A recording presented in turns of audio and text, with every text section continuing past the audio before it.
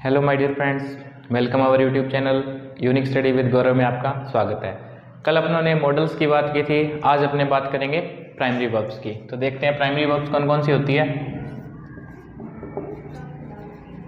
Primary verb do,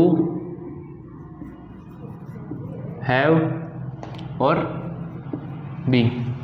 do, have और B, ये वाली अपनी क्या होती है, प्राइमरी वर्ब्स। मैंने आपको बताया था बेसिक्स में कि वर्ब्स की कितनी फॉर्म होती है, 5 फॉर्म्स होती है। पहली कौन सी होती है, V1, V2, V3, V4 और V5। फॉर एग्जाम्पल अपने डू की बात करें तो डू, डिड, डन, इतनी सबको पता होती है। पता आगे वाली भी होती है, बस उसका नाम अपने उसमें मर्ज कर जाते हैं, पर अपने अब आगे देखेंगे।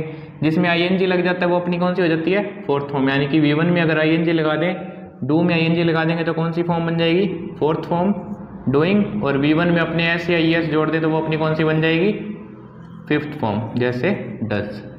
तो फर्स्ट फॉर्म कौन सी होगी, do, second did, third done, fourth doing और फिफ्थ डज।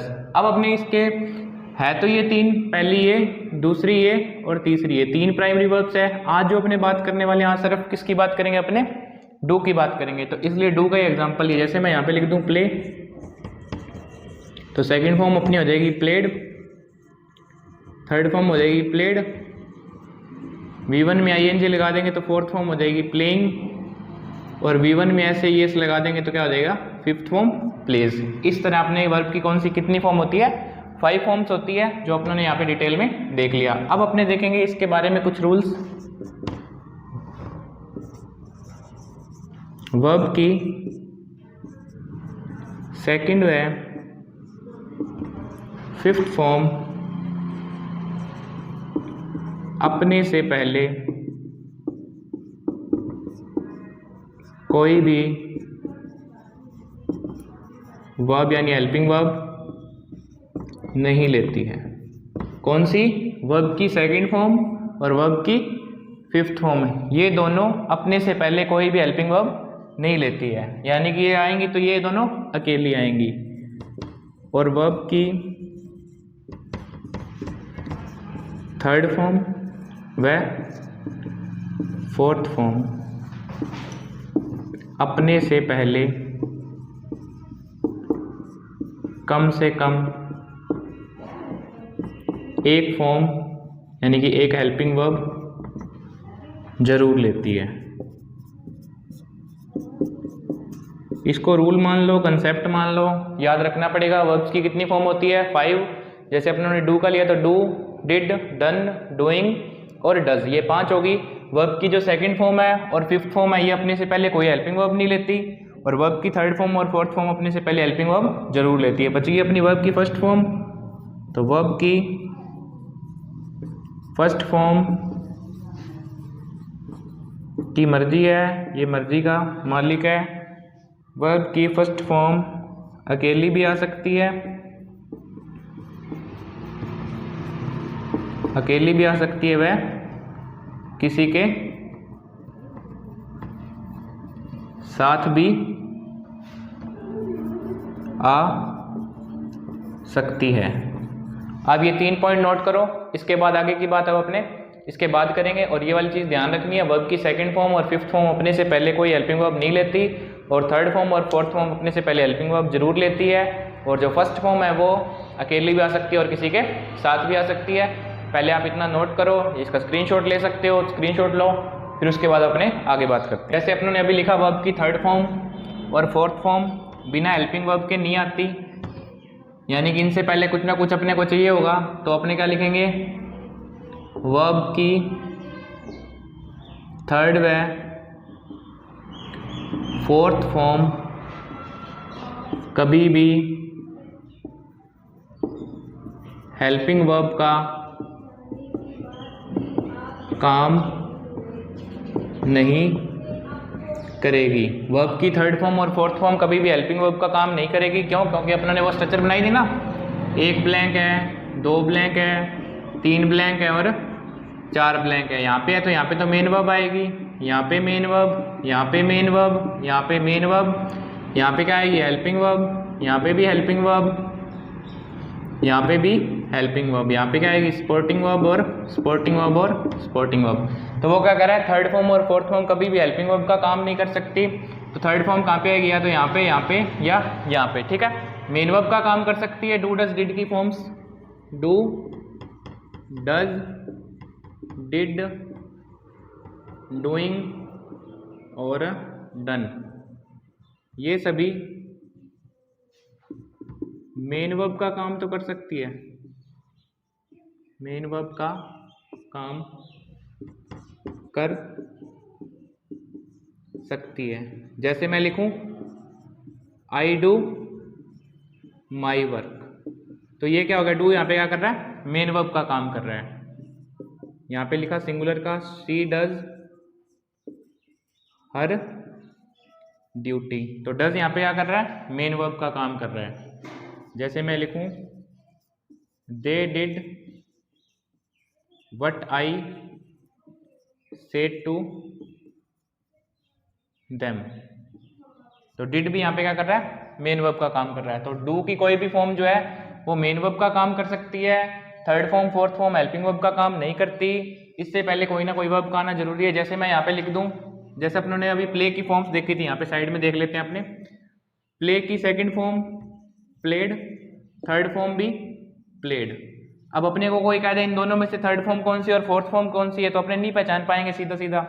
तो इनको पहचानने के लिए अपने वो रूल याद रखेंगे कि थर्ड फॉर्म और फोर्थ फॉर्म है जो कि बिना हेल्पिंग वर्ब के नहीं आती, और सेकंड फॉर्म अकेली आ सकती है। अगर इसके आगे कुछ लगा हुआ है फिर तो ये अपनी थर्ड फॉर्म है, और अगर इसके आगे कुछ नहीं है तो फिर ये अपनी सेकंड फॉर्म है। इस तरह इनको डिफाइन करना है। अगर उसके आगे कुछ है जो सेम होती है, वर्ब की सेकंड फॉर्म और थर्ड फॉर्म ज़्यादातर अपने देखते हैं कि सेम होती है।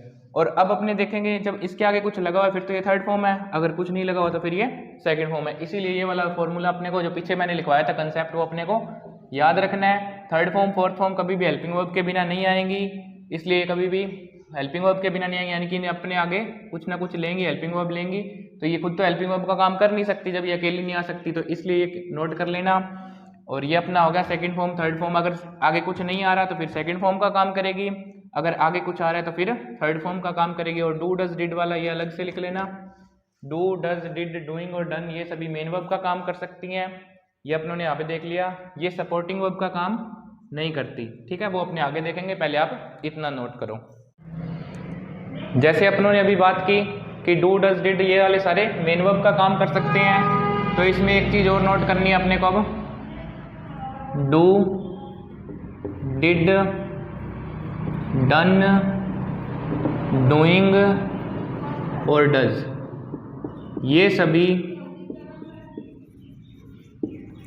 Supporting verb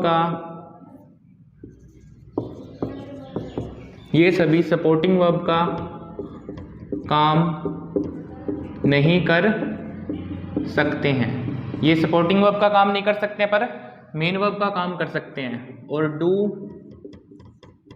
did done doing और डज में से ये जो दो है डन और डूइंग वाले, ये हेल्पिंग वर्ब का काम नहीं कर सकते हैं। जो बच गए अपने पास डू डिड और डज, ये हेल्पिंग वर्ब का काम कर सकते हैं। यानी कि तीन जो है अपने पास ये तो कर सकते हैं, और बच गए दो डन और डूइंग वाले, यानी कि ये वाले थर्ड फॉर्म और फोर्थ फॉर्म जो होती है डू की, वो हेल्पिंग वर्ब का काम नहीं कर सकते हैं। डू और डज किसकी होती है, प्रेजेंट की हेल्पिंग वर्ब से होती है, और डिड किसकी होती है, पास्ट की हेल्पिंग वर्ब होती है। डिड किसकी होती है, पास्ट की हेल्पिंग वर्ब होती है। इसका भी एग्जांपल से और अपने आगे क्लियर करेंगे, पहले आप इतना नोट करो, do did done doing does ये सभी किसका काम नहीं कर सकती, सपोर्टिंग वर्ब का नहीं कर सकती, मेन वर्ब का कर सकती है। डू डिड और डज ये वाली हेल्पिंग वर्ब का काम करेगी, जो बच गई बीच वाली दो डन और डूइंग ये हेल्पिंग वर्ब का काम नहीं कर सकती। डू और डज किसकी हेल्पिंग वर्ब्स होती है, प्रेजेंट इंडेफिनिट की, और पास्ट इंडेफिनिट की कौन सी होती है, डिड। ये वाला आप इतना नोट करो, फिर अपने करते हैं अब आगे। तो अपनों ने बात की थी अभी डू डज डिड वाली, कि डू डज जो अपनी होती है, डू और डज जो होती है ये प्रेजेंट की हेल्पिंग वर्ब्स होती है, और डिड जो होती है अपनी ये अपनी पास्ट की हेल्पिंग वर्ब होती है।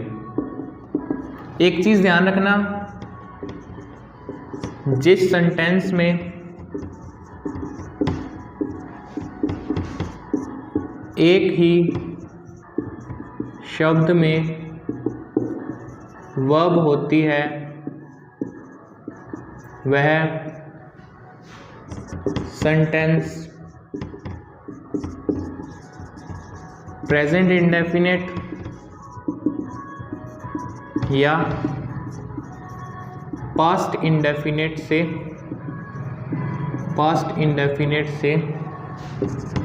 रिलेटेड होता है। कैसे होता है वो अपने अभी एग्जांपल करेंगे इनके आगे। क्या लिखा मैंने, जिस सेंटेंस में एक ही शब्द में वर्ब होती है वो किसका होता है, या तो प्रेजेंट इंडेफिनिट का या पास्ट इंडेफिनिट का। एक शब्द में वर्ब होगी तो वही अपनी मेन वर्ब होगी, अपनी बात कर चुके हैं पहले, और जो एक शब्द में होगी वो मेन वर्ब तो है ही अपनी, और वो किस टेंस से रिलेटेड होगी, या तो प्रेजेंट इंडेफिनिट या पास्ट इंडेफिनिट से। जैसे मैंने यहाँ पे लिखा आई डू माई ड्यूटी, तो यहाँ पे डू अपने एक शब्द में वर्ब है, ये मेन वर्ब है, और डू जो अपना प्रेजेंट का वो है, यानी कि प्रेजेंट की हेल्पिंग वर्ब भी और मेन वर्ब का काम भी कर रही है। यहाँ पे मेन वर्ब का काम कर रही है, एक शब्द में है, और डू अपने को पता है प्रेजेंट का होता है, तो ये किसका सेंटेंस है, प्रेजेंट इंडेफिनिट का। अब मैंने यहाँ पे लिख दिया शी डज हर ड्यूटी। अब शी सिंगुलर था तो डज आ गया शी के साथ, तो ये किसका हो गया, है तो ये भी प्रेजेंट का ही। अगर मैं यहाँ पे लिख दूं दे डिड देयर असाइनमेंट, तो डिड यहाँ पे क्या कर रहा है, मेन वर्ब का काम कर रहा है और एक शब्द में है, और डिड है तो ये किसका है, पास्ट का है। तो इस तरह अपने पहचान सकते हैं जब एक शब्द में वर्ब हो वो किसका होता है, प्रेजेंट का है या पास्ट का है। अब अपने आगे इनके यूजेस देखेंगे कि वे कैसे कैसे काम करते हैं, भाई इनकी स्ट्रक्चर कैसे होती है और क्या क्या इनका आगे काम होता है। तो अब अपने बात करेंगे प्रेजेंट इंडेफिनिट टेंस की स्ट्रक्चर्स की बात। प्रेजेंट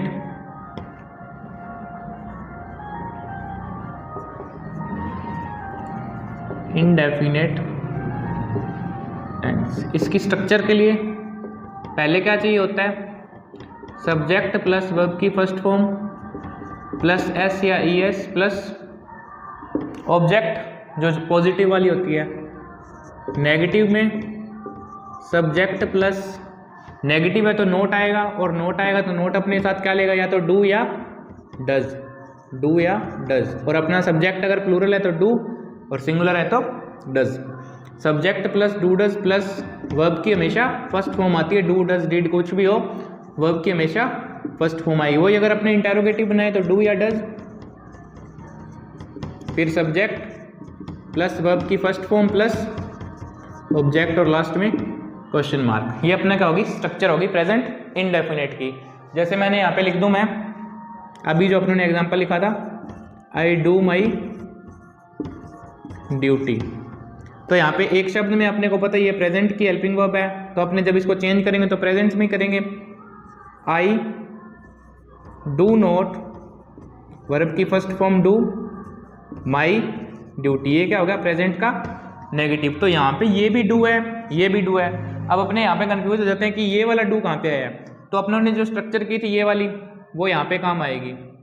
पहला अपना मेन वर्ब होता है, ये हेल्पिंग वर्ब, ये हेल्पिंग वर्ब, ये मेन वर्ब, ये हेल्पिंग वर्ब मेन वर्ब, बीच वाला सपोर्टिंग वर्ब। अब अपने यहाँ पे देखेंगे ये जो लास्ट वाला है मेन बंदा तो लास्ट में मिलता है, याद है ना, जो बेसिक में पहले अपने कर चुके हैं, मेन बंदा लास्ट में मिलेगा, तो ये अपना क्या है, ये हेल्पिंग वर्ब है। यहाँ पे ये क्या थी, मेन वर्ब, यानी कि ये वाली वर्ब कहाँ चली गई, यहाँ ये अपनों ने अपनी तरफ से लिखा है।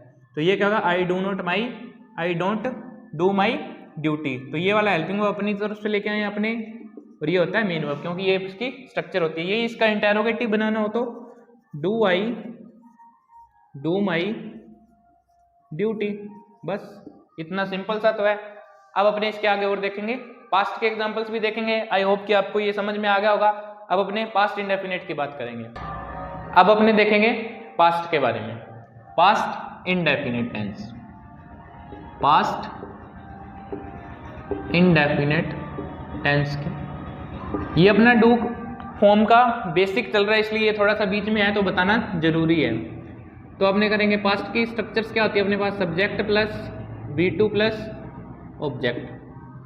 पास्ट जो सिंपल वाला होता है उसमें अकेली आती है, नेगेटिव जो होता है उसमें हेल्पिंग वर्ब क्या होती है अपनी डिड प्लस नोट जो नेगेटिव आ जाएगा, वर्ब की फर्स्ट फॉर्म। ये चीज़ ध्यान रखना, डू हो, डज हो, चाहे डिड हो, इन सब के साथ हमेशा वर्ब की फर्स्ट फॉर्म आती है। Okay, plus object. यही अपने को अगर बनाना हो इंटेरोगेटिव तो did plus subject plus verb की फर्स्ट फॉर्म प्लस ऑब्जेक्ट और लास्ट में क्या आ जाएगा क्वेश्चन मार्क। जैसे मैंने लिखा शी डिड हर ड्यूटी, तो डिड आ गया। डिड पास्ट का होता है, एक में है तो अपने को पता है पास्ट इंडेफिनिट का ही होगा। तो शी डज नोट, अब फर्स्ट फॉर्म लगानी है अपने को, ये रहा शी डिड नोट और यहाँ पे क्या आ गई फर्स्ट फॉर्म। फर्स्ट फॉर्म क्या होती है do, she does note do her duty. और पास्ट का बना रहे हैं तो यहाँ पे डज आएगा या डिड आएगा।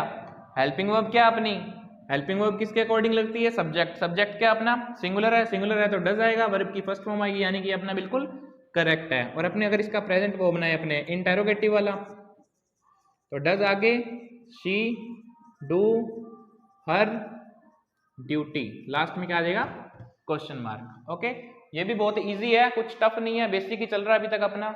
इसमें अलावा अगर मैं एग्जांपल लूं, जैसे मैंने लिखा I have many problems, I have many problems. अब मैंने लिख दिया आई हैव अपना क्या है वर्ब की फर्स्ट फॉर्म। हैव वाला तुम्हें बताया हुआ है ना, वर्ब की कितनी फॉर्म्स होती है 5 फॉर्म होती है, हैव, हैड, हैड, हैविंग और हैज। ये ध्यान रखना, सेकंड फॉर्म और थर्ड फॉर्म सेम होती है, फोर्थ फॉर्म जिसमें आईएनजी लग जाता है और एस वाली फिफ्थ फॉर्म होती है। ये अपने बहुत अच्छे तरीके से पहले कर चुके हैं। अब मैंने लिखा आई हैव मैनी प्रॉब्लम्स, इसका नेगेटिव बनाना है, V1 है, V1 है यानी कि प्रेजेंट है, तो अपने क्या लिखेंगे I do not have many problems. ठीक है, इसका अगर इंटेरोगेटिव बनाना है तो do I have any many problems. ठीक है, अब कई जगह पे अपने होता है कि जैसे यहाँ पे अपने लिखा ये तो इंटेरोगेटिव है, इंटेरोगेटिव नेगेटिव बनाना हो, कई जगह पे लिखा होता है अंदर नोट होता है, कई जगह पे बाहर, तो इसको अपने बाहर भी लिख सकते हैं। जैसे अगर अपने को लिखना हो तो डज नोट, पर वो किस में आएगा कॉन्ट्रैक्टेड फॉर्म में। यहाँ पे क्या हो जाएगा, यहाँ वाला ओ कहाँ चला जाता है, इस कॉमास के अंदर चला जाता है, तो यहाँ पे क्या हो जाएगा doesn't she do her duty. इसको क्या बोलते हैं कॉन्ट्रैक्टेड फॉर्म बोलते हैं वर्ब की। ठीक है, और इसमें अपने को V1 पता चल गई, हैव की फॉर्म्स पता चल गई, हैव होती है, हैड होती है, हैड, हैविंग और हैज। ठीक है, इतना ध्यान रखना है। अब अपने बहुत ही इंपॉर्टेंट कॉन्सेप्ट करेंगे, पहले आप इतना नोट करो, फिर अपने आगे वाले कॉन्सेप्ट 2 अपने रह गए, बहुत इंपॉर्टेंट है, बिल्कुल ध्यान से देखना, देखते ही आपको याद हो जाएंगे, पूरी उम्मीद है। पहले आप इसको नोट करो।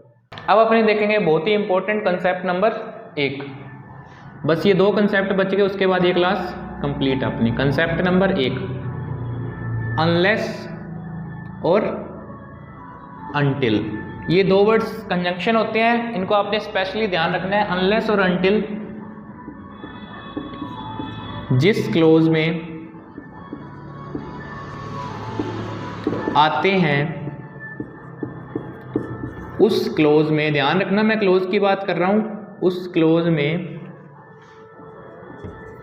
नोट नहीं आ सकता। जिस क्लोज में अनलेस और अनटिल आते हैं उस क्लोज में नोट नहीं आ सकता। क्यों? क्योंकि ये दोनों क्या हैं नेगेटिव वर्ड्स हैं, ये खुद ही दोनों क्या हैं नेगेटिव वर्ड्स हैं। फॉर एग्जांपल अपने लिखें unless he call, unless he does note, does आएगा तो वर्ब की फर्स्ट फॉर्म, कॉल का कॉल ही रहेगा, does not call me I will not approve his file. बहुत ही ध्यान से देखना, बार बार कह रहा हूं। पहले अपने थोड़ा क्लोज के बारे में समझ लेते हैं। जैसे ये अनलेस है, एक क्लोज अपना ये रहा, एक क्लोज अपना ये रहा। जब कंजक्शन के आगे वाला क्लोज होता है वो अपना क्या होता है, अदर क्लोज होता है। ये अपना कंजंक्शन हो गया, ये थोड़ा सा अलग से है, शायद आपको बताया नहीं था, अपने देख लेते हैं, आप देख लेते हैं, कोई बात नहीं। ये अपना कंजंक्शन है, ये अपना अदर क्लोज। कंजंक्शन के बाद आएगा वो क्या होता है, अदर क्लोज, और जो बच गया वो अपना मेन क्लोज। यानी कि वैसे तो मेन क्लोज आगे आता है, पर यहाँ पे कोमा लग गया तो यहाँ पे क्या है, ये पीछे आ गया मेन क्लोज। कंजंक्शन के बाद जो आएगा वो हमेशा क्या होगा, अदर क्लोज, और जो पहले आएगा या फिर जो कोमा के बाद आएगा वो अपना क्या होगा, मेन क्लोज होगा। फिलहाल ये तो अलग चीज है, पर अपने जो कंसेप्ट कर रहे हैं उसकी ओर ध्यान देते हैं। अपने लिखा है अनलेस और अनटिल जिस क्लोज में आते हैं उस क्लोज में नोट नहीं आ सकता, यानी कि उसी क्लोज में नहीं आ सकता, बाकियों में तो आ सकता है। अब अनलेस से लेके अपने कोमा तक, यहाँ तक ये क्लोज है, ये तो कंजंक्शन है, अलग सिस्टम है इसका तो, पर ये अनलेस है तो इसी के साथ में, इस क्लोज के साथ में, तो इसमें क्या नहीं आ सकता, अपना नोट नहीं आ सकता। नोट क्यों आता है, नोट के साथ नोट आता है नेगेटिव बनाने के लिए, और नेगेटिव बनाना है तो अपने को हेल्पिंग वर्ब चाहिए होगी, और हेल्पिंग वर्ब अपनों ने क्या लगाई है, डू या डज। सिंगुलर था तो अपनों ने क्या लगाई, डज। अब नोट हटा है, नोट तो इसके लिए आया था, ये भैया जी पहले ही चल गए, तो ये कहता मेरा यहाँ पे क्या काम है, तो ये कहता मुझे भी हटाओ, तो इसको हटाया तो ही अकेला रह गया। अब ही अकेला तो ही के लिए क्या आएगा, कॉल नहीं आएगा, क्या आएगा यहाँ पे, कॉल्स आएगा। तो अपना क्या बन जाएगा, unless he calls me I will not approve his file. ये चीज ध्यान रखना आपने, यहाँ से नोट तो हटा देते हैं कंसेप्ट पढ़ के, नोट हटा देते हैं, लेकिन यहाँ पे ये वाले चेंज करना भूल जाते हैं। अगर ये सेंटेंस इंप्रूवमेंट में आ जाए तो वहां पे तो बच्चा फंस जाएगा। यहाँ से तो चलो एरर अगर हुआ तो एरर तो अपना सही हो जाएगा, अगर इंप्रूवमेंट में दे देता है तो ये पूरा ध्यान रखना है कि यहाँ से नोट भी हटाना है। नोट किसके लिए आया था, ये अपना डज किसके लिए आया था, नोट के लिए आया था। नोट गया चला भैया अकेला, डज क्या करेगा, डज कहता मुझे भी हटाओ, इसको हटाया तो अपने पूरा सिस्टम चेंज हो गया, क्योंकि डज के साथ V1 आती है, पर ही सिंगुलर है, सिंगुलर है तो ही के साथ सिंगुलर है तो वर्ब की फर्स्ट फॉर्म में एस या एस लगता है। कॉल था तो उसमें अपनों ने एस लगा दी, ये अपना 100% सही हो जाएगा। तो ये था अपना कंसेप्ट नंबर 1। अगर अनलेस और अनटिल आता है तो उस क्लोज में, सेंटेंस नहीं, उस क्लोज में क्या नहीं आएगा, नोट नहीं आएगा। ये आप नोट करो, फिर अपने करते हैं कंसेप्ट नंबर 2। जैसे अभी अपनों ने बात की कंसेप्ट नंबर 1 में मेन क्लोज, अदर क्लोज और कंजंक्शन वाली, उसी को थोड़ा सा आगे लेके चलेंगे, उसी से रिलेटेड है दूसरे वाला। जैसे मान लो अगर यहाँ पे अपना मेन क्लोज है, यहाँ पे अपना कोई कंजंक्शन आ जाता है, उसके आगे एक क्लोज और है जिसको अपने क्या बोलते हैं, अदर क्लोज, जिसको अपने क्या बोलते हैं, अदर क्लोज। कंजंक्शन के बाद आएगा वो अदर क्लोज, जो बच गया वो अपना मेन क्लोज। सॉरी वी लिख दिया मैंने यहाँ पे, ये क्या होता है अपना मेन क्लोज। तो मेन क्लोज का काम क्या होता है, मेन क्लोज तो मेन क्लोज है, अदर क्लोज का काम क्या होता है, जानकारी देना मेन क्लोज के बारे में। सपोज दैट अगर आप मुझसे आके पूछ रहे हो कि सर कोचिंग कब स्टार्ट करें, और मैं कह दूं तुम ही बताओ तभी कर देंगे, तो ये तो कोई बात नहीं हुई। आप मेरे से आके पूछ रहे हो तो मेरा कोई मतलब उस पर जवाब दूंगा या आपसे वापस क्वेश्चन कर लूंगा कि तुम ही बता दो, तो ये चीज तो नहीं हुई। तो अदर क्लोज क्या करता है, पहले वाले क्लोज के बारे में अपने को जानकारी देता है, ना कि क्वेश्चन पूछता है। जैसे फॉर एग्जांपल मैं समझाऊं तुम्हें, अपने नाम लिखते हैं, जैसे मन्नत asked me what did I want, did है तो वर्ब की फर्स्ट फॉर्म आई है, ठीक है। अब इसमें देखना अपने को क्या चीज सही करनी है। देखो मन्नत आस्क्ड मी, यहां तक अपना एक क्लोज हो गया, व्हाट क्या हो गया, कंजंक्शन हो गया, और ये क्या होगा अपना अदर क्लोज हो गया। क्लोज 1 क्लोज 2, ये अपना क्या होगा बीच में एक कंजंक्शन हो गया, ठीक है। ये क्लोज 1 है, ये क्लोज 2 और ये अपना कंजंक्शन है, ठीक है। तो अब अपने वट से ये मत सोचना कि वट से और आस्क से इन सब से क्वेश्चन बनते, इससे नहीं बनते क्वेश्चन। ये वट और ये आ जाए तो ये मत दिमाग में लिया करो कि क्वेश्चन बन गया अपना, क्वेश्चन नहीं है। ये अपने को एक स्टेटमेंट दिए जहाँ पे वट किसका काम कर रहा है, कंजंक्शन का, ये क्लोज 2 है। अब मैंने अभी आपको बताया कि सेकंड क्लोज जो है वो किसका काम करता है, सेकंड क्लोज, ये नोट भी कर लेना आप अलग से, हमेशा जानकारी देने का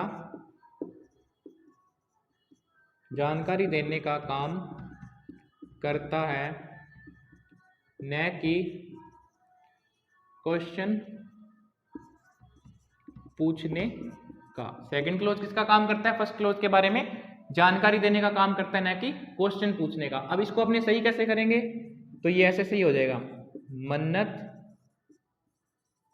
आस्क्ड मी, वट का तो वट ही रहेगा, कंजंक्शन तो वही है। सेकंड क्लोज में हेल्पिंग वर्ब आगे आ रही है, यानी कि ये क्वेश्चन बना रहा है, पर क्वेश्चन तो पूछ नहीं सकता। क्वेश्चन नहीं पूछ सकता तो अपने इसको कैसे सही करेंगे? वट आई डिड हट जाएगा, डिड हट जाएगा, डिड पास्ट का है तो V1 किस में चेंज हो जाएगी? V2 में। वट आई वांटेड, ये अपना था इसका करेक्ट फॉर्म, ये अपना 100% सही है। तो ये अपना था छोटा सा कंसेप्ट, पहले एक कंसेप्ट किया, अब दूसरा किया। आई होप कि आप सभी को ये वीडियो जरूर समझ में आई होगी, और समझ में आई है तो अपने दोस्तों और मित्रों के साथ शेयर तो करना ही है, ये तो आपको पता चल ही गया होगा, डेली का ही काम है ये तो अपना। और रिव्यू जरूर दिया करो, आप कमेंट में रिव्यू नहीं देते तो मेरी आपसे रिक्वेस्ट है कि आप रिव्यू जरूर दिया करो कि आपको वीडियो कैसी लगी, और अपने दोस्तों के साथ ज़्यादा से ज़्यादा लाइक और शेयर करवाएं, और खुद भी करें, चैनल को सब्सक्राइब करें ताकि अपने भी थोड़े ऊपर आ सकें। Okay, thank you.